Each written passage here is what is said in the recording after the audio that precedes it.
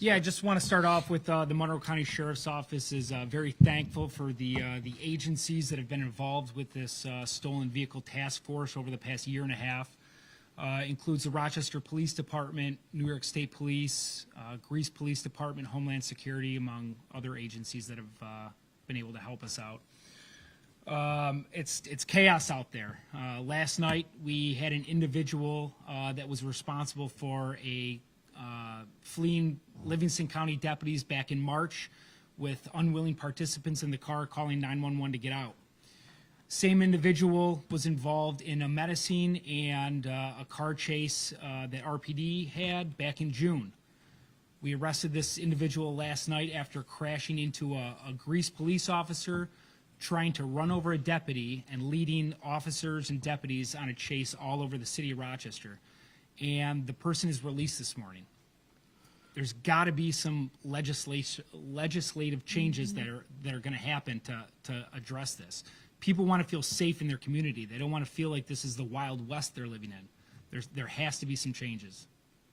So, as we all know, the Kia Hyundai problem has become an issue since the beginning of last year, all across not just the city of Rochester, but across our community. And so last summer, late spring, we got together multiple agencies, our partners in the Sheriff's Office, our partners in state police, et cetera, that Lieutenant Watson just mentioned, and we started putting together these stolen vehicle details. And we've been very successful in recovering some of these stolen vehicles.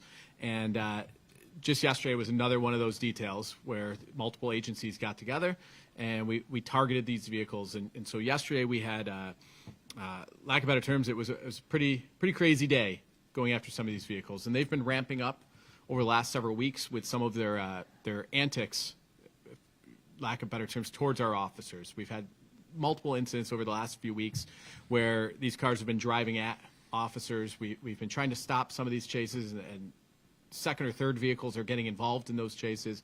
And look, just a week ago we were at our public safety building, and we were talking about the death of Thomas Chase, who again, stolen Kias, stolen Hyundais, and they were fleeing from our officers, and we lost an incredible man, lost his life last weekend as a result of it. And so we were out again yesterday trying to attack this problem and focused in the city. Despite our partners having jurisdiction all over the county and the state, we focused on the city yesterday. So we started about 3 o'clock yesterday afternoon, and pretty much 3 o'clock on the dot, an investigator from Ogden Police spotted a 2007 Hyundai Santa Fe that had been stolen earlier the day or the day before in their jurisdiction. So a couple officers went. There's two people at the back of the car. There's one guy driving the car, and he was looked like he was sleeping in the driver's seat. And this was Jonathan Rivera Lopez, and we'll talk a little bit more about him. But so the officers went to step out of the car. He immediately took off on them. So he backed into a marked Greece police patrol vehicle. There was a deputy up on the sidewalk that he then drove towards the deputy before taking off. So we ultimately ended up in about a 10-minute chase before he crashed, ran, and we were able to take him into custody from there. As part of that, the two people at the trunk of the vehicle, we also grabbed them as well. It looked like they were putting stuff in and out of the vehicle, so we grabbed them. Just a little bit of the criminality associated with it. So Deputy Watson mentioned Jonathan Rivera Lopez. So we charged him yesterday. He was charged with 4 counts of reckless endangerment in the first degree. That's beyond the Greece police officer, the deputy that was on the sidewalk, and 2 other people that he put in danger with his actions during the chase yesterday. Reckless endangerment in the first degree says you're putting somebody in danger of losing their life from your reckless actions. So 4 counts of that yesterday. Criminal mischief in the second degree, so a felony criminal mischief for the damage he caused to the Greece police vehicle. And then also possession of stolen property for being in a stolen car in a third degree, felony charge. And then obviously the variety of traffic tickets that he ran up on him throughout the chase, obviously multiple traffic violations during the chase. And so he had the warrant from Livingston County for unlawful imprisonment, as well as chase-related things from back earlier this year. He had, earlier this year with us, we had a chase with him in May, and we wrote him appearance tickets after that chase, as we were required to do. He did not show up to court in in June from that, and so he was served with all of this yesterday. And Mr. Rivera Lopez is free right now. Did not need to post bail this morning. He was released to pretrial this morning. The other 2 in the vehicle, that were next to the vehicle that we detained, we grabbed Sarah Mullen. She's a 31-year-old here from Rochester. She had a warrant for robbery in the first degree and kidnapping in the second degree from an incident in Gates. So she was taken to Monroe County Jail, as well as Cody Newland. 31-year-old from here in Rochester.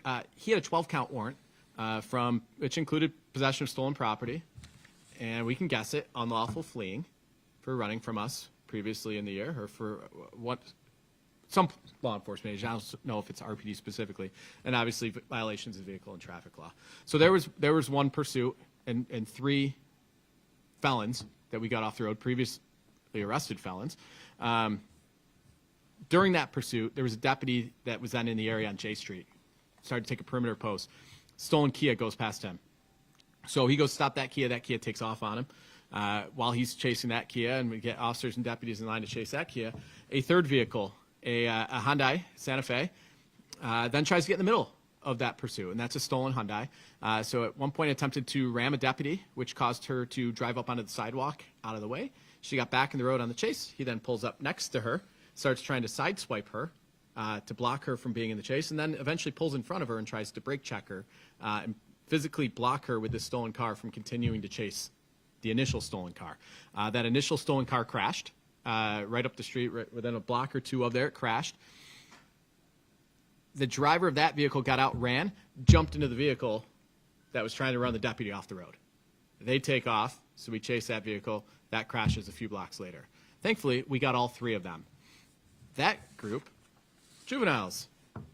So the original Kia that we were chasing, 17-year-old, she was taken to the Montgomery County Children's Detention Center on the charges related to this.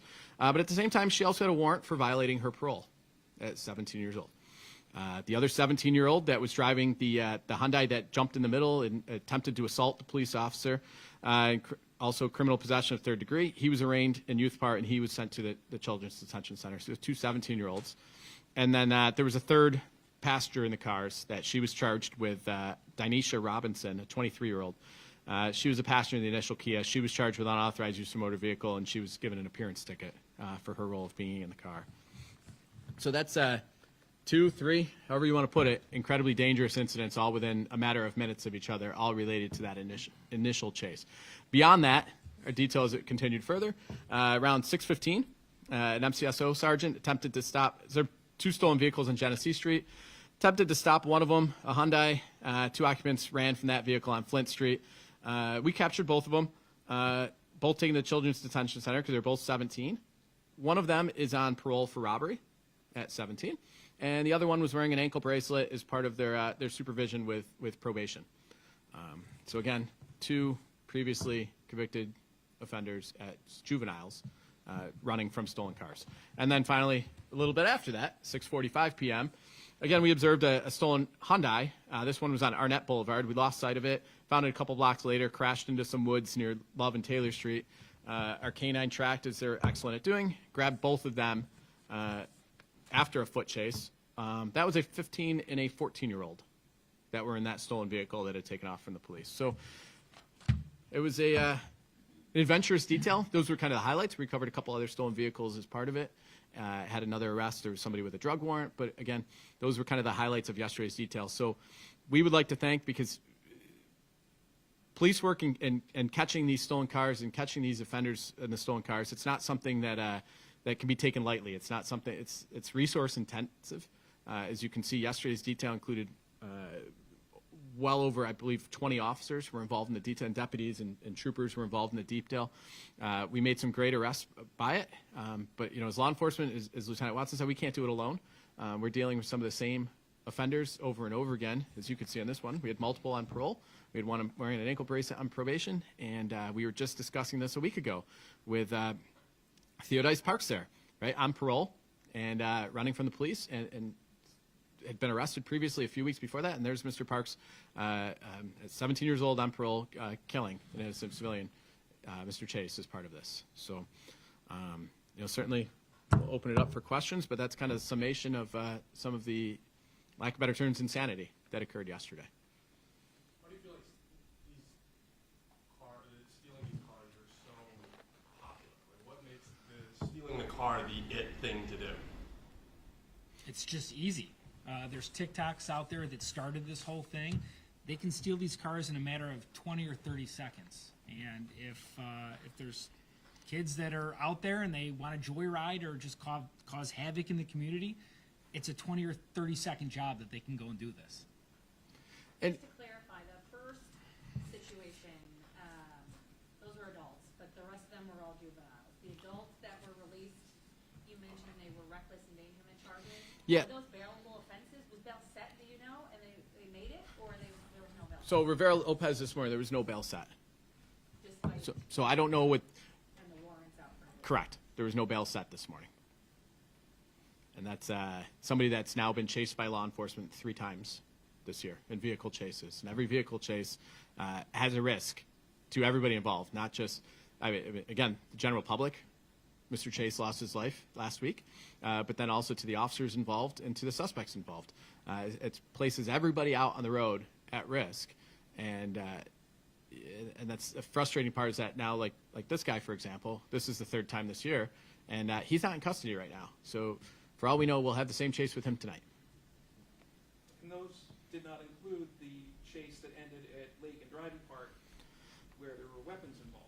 Yeah, that was an issue with, not an issue, that was an incident with the state police earlier in the day. Because, again, great partners to us. That was the state police, and we assisted them with that, where it was a vehicle that I believe, was it 5, 6 guns? I think they got out of that vehicle, and 4 or 5 suspects as well as part of that, and that ended in a crash at Lake and Driving Park. Yep. That was shortly before this stolen vehicle detail began. So you said you can't do it alone. Who do you want to help and what do you want to see change? Well, I mean, ultimately, and let Lieutenant Watson kick in, but we're talking about 14, 15-year-olds on some of these that are 14, 15 that are repeat offenders, 17-year-olds that are repeat offenders. As a police officer, I'm limited what I can say in terms of politics or things along those lines of moving forward. But what I can say is what is happening isn't working. And we've taken great strides. If you look at our stolen vehicle numbers, we're about half of what they were last year. Our stolen vehicle numbers are significantly down last year, and there's lots of reasons that they're down, but they're still not down enough. And some of these repeat offenders, and again, there's programs in place that have done great work for a lot of them. The JEDS program was a godsend to this community last summer with getting these kids connected to services and getting them connected immediately versus days, weeks later that these appearance tickets were often issuing. So last I had checked, I believe there was like 130 or so was the last number I had seen that had gone through the JEDS program, and I think something like 5 or 6 had reoffended. So it was a great program, or is a great program, but not everybody qualifies for it, and there's a variety of different other things. So you take Rivera Lopez as an adult at 38 years old, he doesn't qualify for a youth program. He's just a chronic runner from the police, putting our community in danger. Yeah, it's chaos out there. There's got to be some changes to the laws. With our detail, if you're in a stolen car, we're going to chase you, and we're going to catch you. And if you're an adult, you're going to go to jail.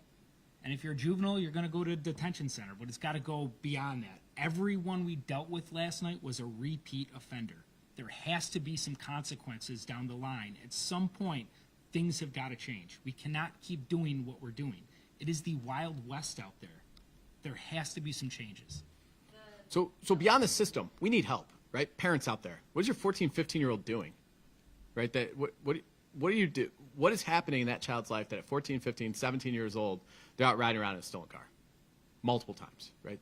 That's beyond what any law enforcement agency and you or know any what? A court lot of the can parents do. last night, when we talked to them and we interviewed these kids, they wanted their kids to be locked up. The community may not believe that, but I'm telling you, some of these parents are sick and tired. They wanted their kids locked up, and they feel like there's no recourse to some of these things, and they need more. The gentleman who's older, he's not one of the kids. He's a professional, it seems like, car theft. Yep. Is he stealing cars from driveways? Where are these cars coming from? And then how does that, So I don't have how does this. that keep happening? So this car was stolen from a parking. The car from yesterday was stolen from a parking lot out in Parma. Beyond that, I don't have the specifics of his previous case, where the vehicle, down to the nitty gritty of where the vehicle specifically was stolen from. But he's got 2 previous chases with us, with law enforcement, one with us and one with another agency, just this year alone. How exhausting is it for both of you, your departments, that you guys have to continue to deal with this seemingly every single day? Yeah, it's tough. It's we continue to go out there and chase cars and run towards gunfire and do all we can. And at some point, you hope that, you know, the system kicks in and does what it's supposed to do. Sometimes it happens and sometimes it doesn't. In this case, the system failed.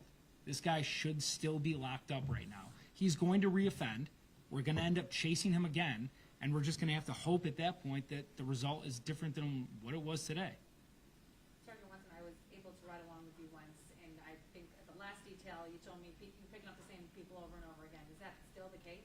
Yeah, a lot of these people are known offenders, especially to the Rochester Police Department. You know, when we went over this before this press conference, Captain Bello knew several of the names already that we've been dealing with. It is a lot of the same people over and over and over. It seems like you said that they're becoming more aggressive now. Before, maybe last year, they were just stealing the cars for joyrides or whatever, but now they're becoming aggressive towards police officers. Yeah, they're working as little gangs. They're trying to. One deputy was almost rammed off the road multiple times last night. She had to take evasive action. If there was somebody on you know, the curb, they obviously could have been struck. They are getting much more aggressive, and it's not just a simple joyriding, kids being kids anymore. It's extremely dangerous to the community. So when the politicians say, okay, there's, gun shootings are down, and there are fewer, they're kind of like, hey, fewer cars are being stolen, and that kind of thing. I mean, how do you react to that, especially when you see this more aggressive type of activity after they steal the cars? So, I mean, at the end of the day, I wouldn't say the politicians say shootings down. Shootings are down in the city of Rochester, significantly down from last year, which is significantly down from the year before, and even the year before that. I think we're on a 4 or 5 year downward trend. Now, that downward trend spiked significantly, and our shootings spiked significantly in 2020, 2021, right? We had a huge increase in crime. So we're not at the pre-2020 numbers yet. We're getting closer, but at the same time, our violence is down. That's great. Our car theft numbers are down from last year. That's great. They're still up from previous years. And talk to any shooting victim, even one shooting victim is too many. And so the ultimate goal is 0. And so we can't rest, sit there and say our shootings are down, I think 30 or 40% this year. Our closure rate on assault shootings, our non-fatal shootings is up like 25% this year. It's one of the highest, I think, if not the highest we've ever had in arrest rates for our non-fatal shootings. Our major crimes, our homicide closure rate, I believe we're at like 85%, which is insane if you compare it to, insanely high compared to the national average. So we're trending in a lot of good ways, crime here in the city of Rochester. We're trending in a lot of good ways, but it's still not enough. We can't just sit there and rest on it, which is why we go out. Our officers go out. Details like yesterday. Stolen cars are an incredible problem in our city. And how do we bring those numbers down? It's details like yesterday. It's details, the state police helping us with getting, 5 or 6 guns off the street yesterday. I think we're well over 400 guns, upwards of 500 guns that RPD has gotten off the streets alone just this year. It's by going out and getting those. And every one of those guns or every one of these stolen cars, yeah, sure, stolen cars, sometimes we find them abandoned, and that's an easy way of doing it. But every one of these arrests, like we talk about this one guy, what's his name, Rivera Lopez, 3rd chase with him. That's the 3rd time our officers, deputies, troopers, law enforcement has been in our community, has been at extreme risk trying to apprehend one of these offenders. All 500 or so of those guns, there's a story of risk that goes along with those, of our officers running towards gunfire. We just had an officer's car shot up like 4 weeks ago. Officers are sitting in his car and somebody shot up the car. So we can't rest on numbers going down. Those numbers get there because of the work that we're out there doing, and we're going to keep doing it. We're going to keep pushing to drive those numbers down further. Well, what do you say, though, about this whole thing when they are more aggressive? I mean, when they were first stealing these cars, they were doing joyrides, and then they kind of ramped it up to the smash and grabs, right? And now they're literally driving their cars at you guys. Yeah, they feel emboldened, is the simple fact. They think they're untouchable. A lot of times we're having to, we talked about this last year, we're having to undercharge these juveniles. As a way to try and get around the law, we're charging them with misdemeanors in order to take them to children's detention centers so that they're off the streets, instead of charging them with felonies and then just getting released. Something is broken in the system. that we shouldn't have to undercharge people in order to get them off the street. At what point do you determine, I know RBD has some policies around this, but at what point do you determine that it's too risky to chase them through a city street? Yeah, with, taking into account pedestrian traffic, the speeds, what time of day it is, there's a lot of factors that go into it. And it's on the supervisors to ask, so a lot of times we're not directly involved in the chase. We have to ask the deputies, what's your speed? What are the traffic conditions? Are they trying to drive down a one-way street? We have to take in all of the information and use that to the best of our ability to make an educated decision on, are we going to continue chasing these people, or are we going to let them go and try and catch them next time? Did you have to pull off at all last night? Last night, not really, but there were a couple of cars that got away just because we didn't have the resources out there to chase everybody. What calls for a pull it? So every time our officers, for at least the Rochester Police Department, and it's seemingly for every law enforcement agency, we're always weighing the risk-reward factor. What risks are we encountering, and what's the reward in association of that risk, the seriousness of the offense that we're chasing for, the nature of the violence level of the offender, that sort of thing, relative to the speeds, traffic levels at the time. Chasing a murder suspect at 2 o'clock, at 3 o'clock in the morning when there's very little to no traffic versus chasing a larceny suspect at 3 o'clock in the afternoon, right? We've got to factor all of that in. Some of that is written into our policies as factors. It's just a hard, black and white. Yes, we, can chase, or no, we can't chase, but even once the chase is authorized, it's a very second-by-second evaluation by both the officer involved, the supervisors involved, in terms of that kind of risk-reward factor on it. Are there certain areas of the city where you see these car thefts more prevalent, or is it all over the city? Yeah, unfortunately, all over. So obviously the detail is targeted at specific areas where we encounter more stolen vehicles, specifically the Kias and Hyundais and other areas of the city. I don't want to get into, because these details are going to continue. They've been going for a year and a half, and they're going to continue. So I don't want to get into the areas of that we're targeting in our operations. But unfortunately, the residents of those areas feel that heat of it all too often. And we want to let people know that we're out there. We're out there putting ourselves at risk, like yesterday, like last week, trying to bring this issue under control and trying to bring some sort of sense of safety and security. Is there a point where the state police then, like, if you end up having, based on whatever the rules say for you guys to stop the chase, is there a point when the state police, because I've kind of seen this, the state police will then take over, is it only when it's on 490 or? Yeah, so I don't want to get into other agencies' policies and procedures. I'm not an expert on another agency's policies and procedures. I can speak for ours. We chase for certain things, and there's certain things that we don't. And again, every agency is different, so I don't want to necessarily speak to their policies. Two more questions, guys? Can you just summarize, like, maybe take a look at how, maybe how comparison to how things are for you guys out there right now? I mean, I know that you were talking about it, Greg, you could sort of just, I mean, it's how it is for you guys out there, maybe compared to when they were just grabbing these cars. Yeah, so it's a frustration to, I think I speak on behalf of all law enforcement. It's a frustration when we're dealing with repeat offenders, repeat times.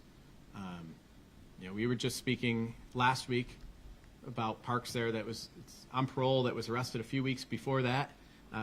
That killed somebody in a month before that. He's getting charges in Buffalo or Cheektowaga, whatever it may be, right when he's on parole and get released from those charges. The week before, or earlier in the week, we were talking about a triple shooting on Hazelwood, in which we had arrested a parolee. The same day he went to court, he then went and killed somebody that night. When we had arrested him, parolee, for felony charges only a few weeks before that, and he had gone to court that morning on those charges with a bench warrant, which means he didn't show up to court. So it's frustrating when repeat offenders that we've put work into to try to, knowing that they're a risk to our community and creating public safety risks to our community, and we're putting the work into going and grabbing them and getting them, but unfortunately we're dealing with them all too frequently, wreaking havoc on our community and hurting and killing people in our community. And so that's a frustration to every law enforcement officer that's out there because, again, take Rivera Lopez, sorry. We've chased him, law enforcement chased him 3 times this year. It's frustration. No. When you say that kids are on parole, is that like they've been in the juvenile detention center on separate charge? I'm a little unclear just because normally 16-year-olds can't be on parole if you have They a can. state prison. So how does that work? They can. Yeah. So that means they have a conviction that was in criminal court versus family court. There's some old terminology of charges an adult or things like that, and there's a variety of different adolescent offenders and a bunch of different classifications out there. But if they're on parole, that means that they were convicted of a crime in a criminal court, not family court. Family court, generally you get probation or things like even sentencing, but probation would be the follow-up on that. Parole supervision is those that are assigned sentences through Department of Corrections, so through a criminal court, and they serve time in the Department of Corrections, and now that they're in their post-release supervision. That means they've been convicted of felonies. So the 2 of these kids, they've been convicted of robbery. One, I believe, was robbery in the first degree, and one was robbery in the second degree.